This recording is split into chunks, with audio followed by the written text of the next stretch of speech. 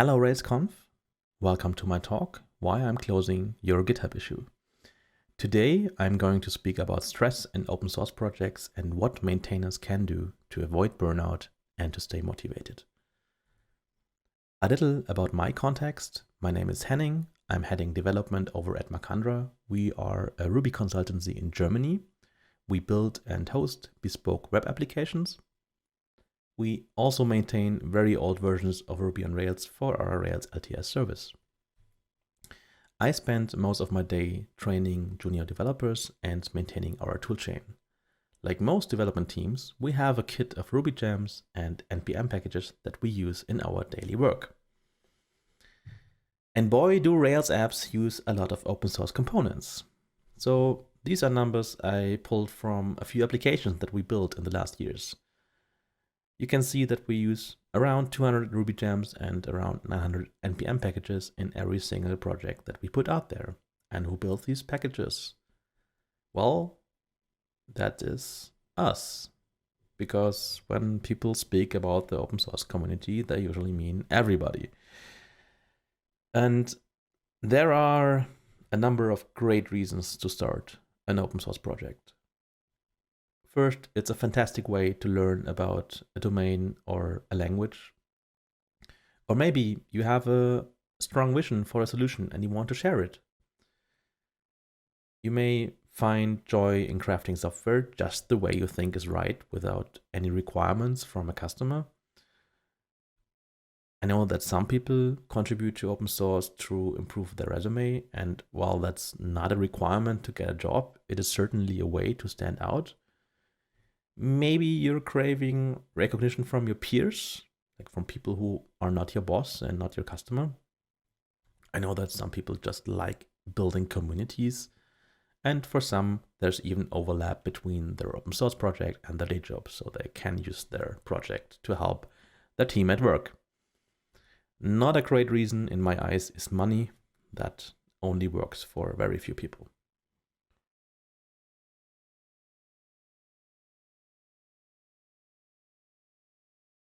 For the past 10 years, I've been investing a lot of time in open source projects. I started around 25 projects. Not all of them are still active, but many still are. And this chart is going to show you how I felt about my open source work over time. The horizontal axis is obviously time.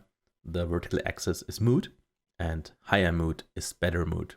This line here is neutral mood. And this is how I felt. So what happened here? Why does it go up and then crash down again? Well, when you build your first library, you may realize that this can be a lot of fun. You can do everything just the way you think is right.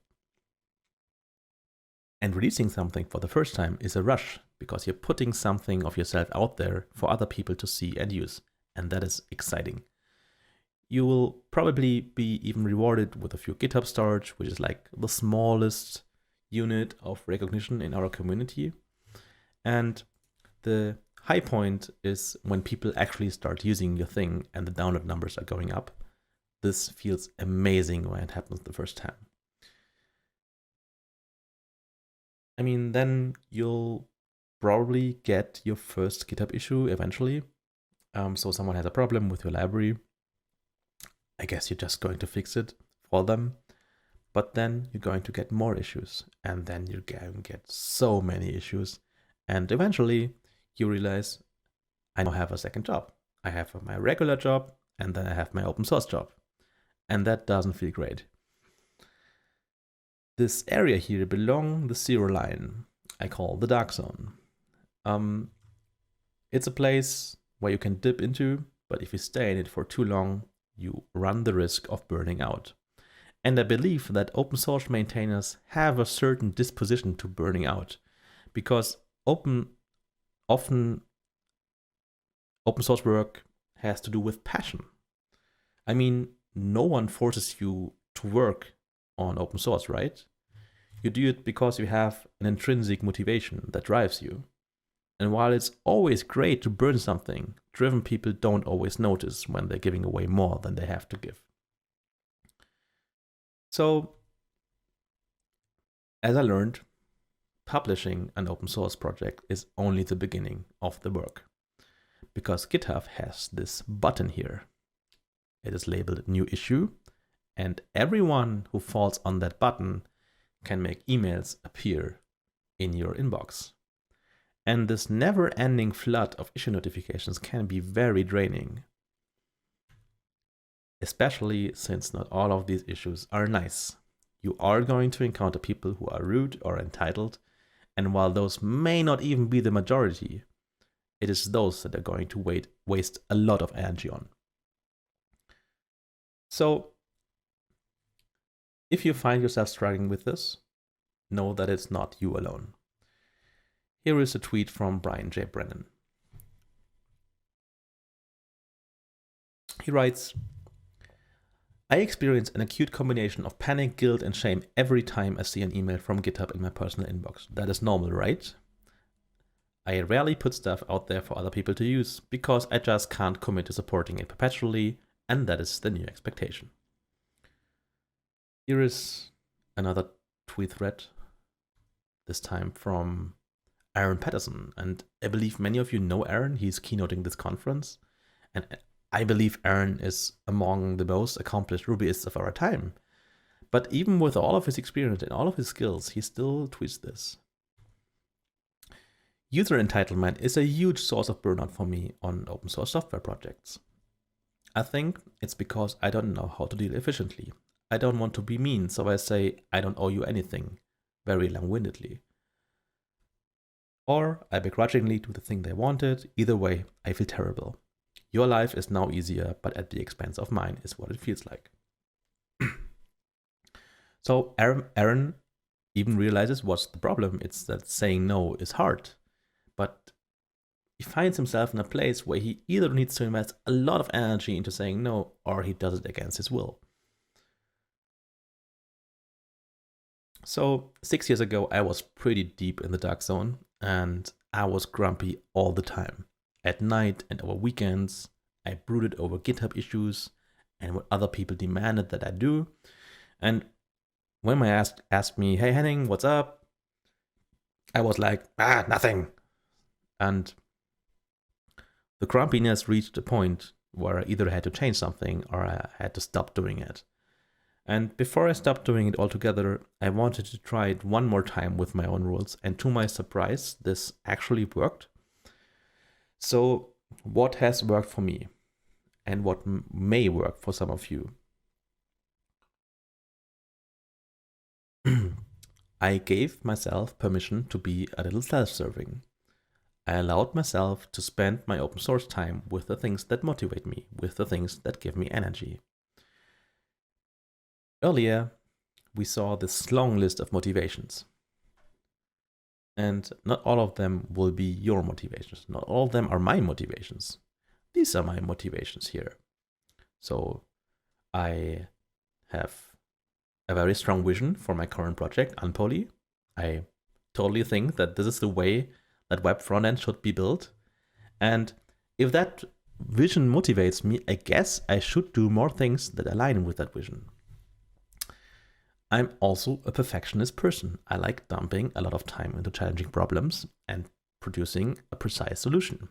So I guess I should do things that have an elegant, challenging, or interesting implementation. And for me, there's also overlap between my open source projects and my day job, and I'd love to see my team succeed with the tools I build.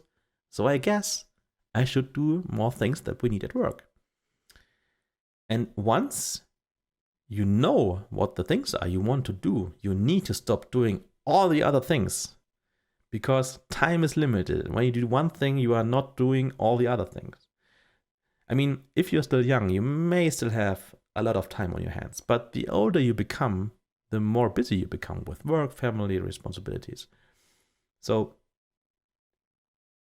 doing something always means deciding against doing the other things. And so what does not doing things look like?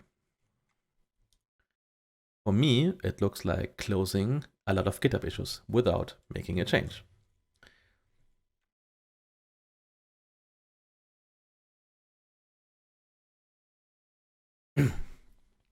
Here is a list of issue types that I would just have taken care of in the past, but now I just close. So you have an idea for a feature that is great, but I also have a lot of ideas of my own. And if you are not willing to do the work, I will just close the issue. Have you discovered an edge case in my software? Well, unless this thing affects me or the majority of my users, I will just close the issue. I also won't write your tests anymore. This is something that I did in the past. I would just have written tests if they're missing from a PR. I no longer do this, and I need tests to keep maintaining this project. So instead, I'm just going to close your issue. And last big one, you never talked to me, and now you sent me this huge pull request with a giant feature that I don't need, making a million decisions I disagree with, and now I'm supposed to merge that thing and maintain it forever. I will just close this. Now, I know all of this sounds a little rude, but I actually believe I'm a somewhat polite person. So I'm going to be very nice when I close issues, but I'm also very clear about what I'm willing to do and what I'm not willing to do. So if you want to close a lot of issues, you realize that it's not easy because it means saying no a lot. And saying no is never easy. It's so much easier to say yes. So maybe we can learn from people who are good at saying no. And maybe such a person is Sam Stevenson. Sam works at Basecamp, and if you have worked with Rails for any amount of time, you have probably used tools that Sam created or that Sam contributed to. And 5 years ago at this RailsConf, Sam presented a tool called TurboLinks 5. TurboLinks is a way to accelerate page loads in web applications, and it shipped with these native app adapters that allowed you to build smartphone apps on top of your server-side web application. So you could implement a few interactions natively while keeping most of the logic on the server. It was a pretty clever solution, really. And TurboLinks 5 shipped with adapters for iOS and Android. After Sam's talk, an audience member had a question about Windows Phone support. I mean, Windows Phone was still a thing in 2016, and I think we can learn a lot from Sam's answer. So let's have a look.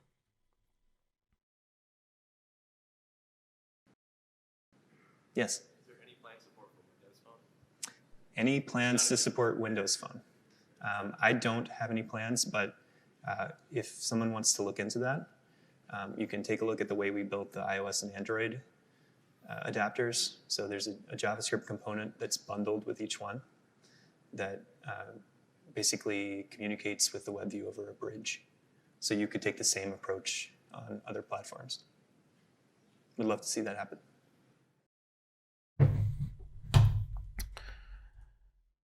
All right, so the person in the audience asks, do you have any plans to support Windows Phone? And let's review what Sam says in response, and I think he says 3 things. First, he says, don't expect me to build this for you. But then he gives actionable advice, so the audience member may use it to help themselves. And in the end, he's just a friendly person and is encouraging. Note all the things that Sam does not say or do. At no point does Sam offer to build Windows Phone support or admit that the lack of support is somehow his responsibility. But his answer is so nice and helpful and encouraging that it makes a great template for dealing with feature requests. So let's practice this. For this purpose, I made an app. I made a clock. It's called Super Clock, and it's a clock for your terminal.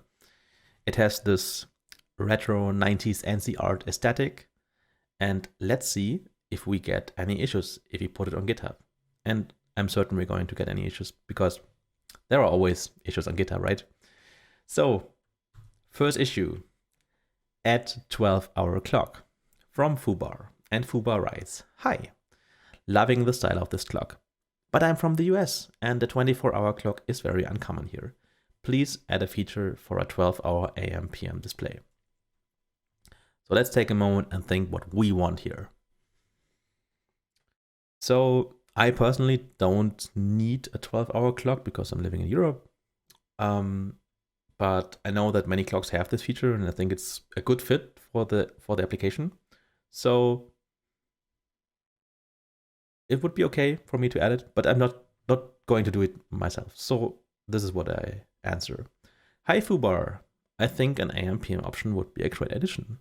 Can you prepare a pull request for that?" And now one of two things is going to happen. In 10% of all cases, you will actually get a pull request just by asking.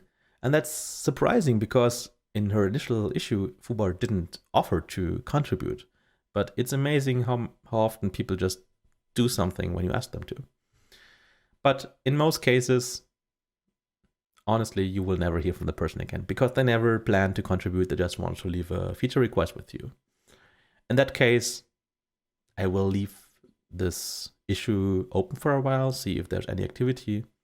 But if it has been stale for a time, like a year, I'm just going to close it. And I'm going to add a comment like, "Hey, no one wants to seem to tackle this right now, so I'm closing the issue. Feel free to reopen when you're working on a PR." And then I close it. Okay, let's see if we get another issue. Yes. Issue number 2. Oracle Enterprise Time Server is unsupported. Architect64 writes, "This clock doesn't support Oracle Enterprise Time Server 2018, which makes it completely unusable in an enterprise environment." Okay, so what do we want here? So I don't use Oracle Enterprise products and I don't want to use them. And I also don't want to complicate my project by supporting an Oracle product. I mean, I couldn't maintain that even if I wanted because I just don't have that access to those tools. So I'm going to be clear and honest about this and just answer this. "Hi, unfortunately, I cannot build or maintain an integration with Oracle Enterprise products. Feel free to fork this repository with your changes and I will link to it from our README for other interested users." So I make one more suggestion with the fork and then I close it immediately. And this feels really strange when you're working as a software developer in your day job, because as developers, we are so used to waiting for customer acceptance when we deliver a change, right? But the users of your open source repository, they are not your customers and you don't work for them. So it's okay to close immediately. You do not need to wait for acceptance. Okay, so one last issue, and this one is a pull request attached. And boy, this is a big pull request. He changed every single line of our repository. This sometimes happens. People have strong opinions and rewrite their project, but take a look at this. Use ClownScript instead of Ruby. Hip writes, "This project is using Ruby, but clearly ClownScript is the future. I converted the entire repo to ClownScript. You're welcome." Okay, what do we want here? So I know what I don't want. I don't really want to use ClownScript, but this is really awkward now because obviously HipHip invested so much time into rewriting my app, and I wish he would have talked to me about this before. So it's now really awkward to reject this thing, but I also know that accepting this now will cause me so much more pain in the future. So I just close it. "Hey, thanks for the PR. Unfortunately, I'm not using ClownScript and I don't want to change the language to maintain this repo. Sorry." And I close it. Again, I don't wait for acceptance. I don't wait until it's okay for HipHip. I just close it. So what did we learn here? Here are some permissions you may give yourself. First, it is okay to ask users to fix their own issues. Second, it is okay to close issues without permission. You don't have to wait until it's okay for the user. And third, it is okay to reject a change that you do not want, because you are the one who needs to maintain it forever. So you may ask, am I using GitHub issues at all anymore? Am I just closing everything? And no, I'm not closing everything.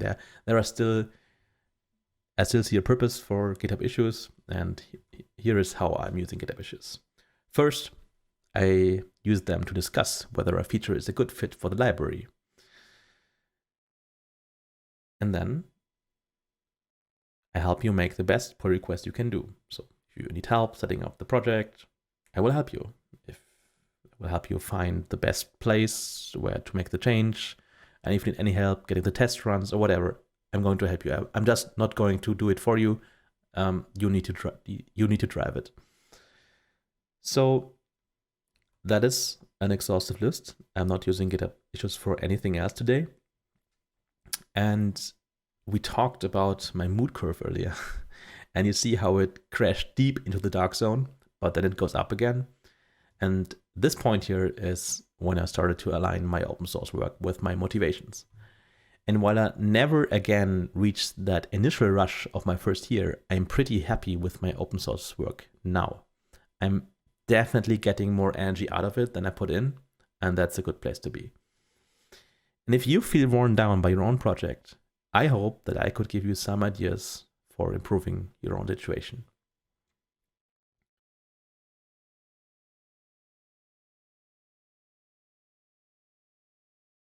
So all of us use open source every day. And I'm sure that every one of us know the frustration when you have posted an issue that is important to us, only to see it being ignored for months or years. I know I have felt that frustration. And there is this strange tradition on the internet where people drive by old bug reports and make fun of how long they've been open. These are actual comments, real comments I found this week. For instance, my apologies, but this is insane that it hasn't been fixed in approaching 12 years. Or, holy mother of God, 10 years and you still haven't fixed it. I am having a good laugh here.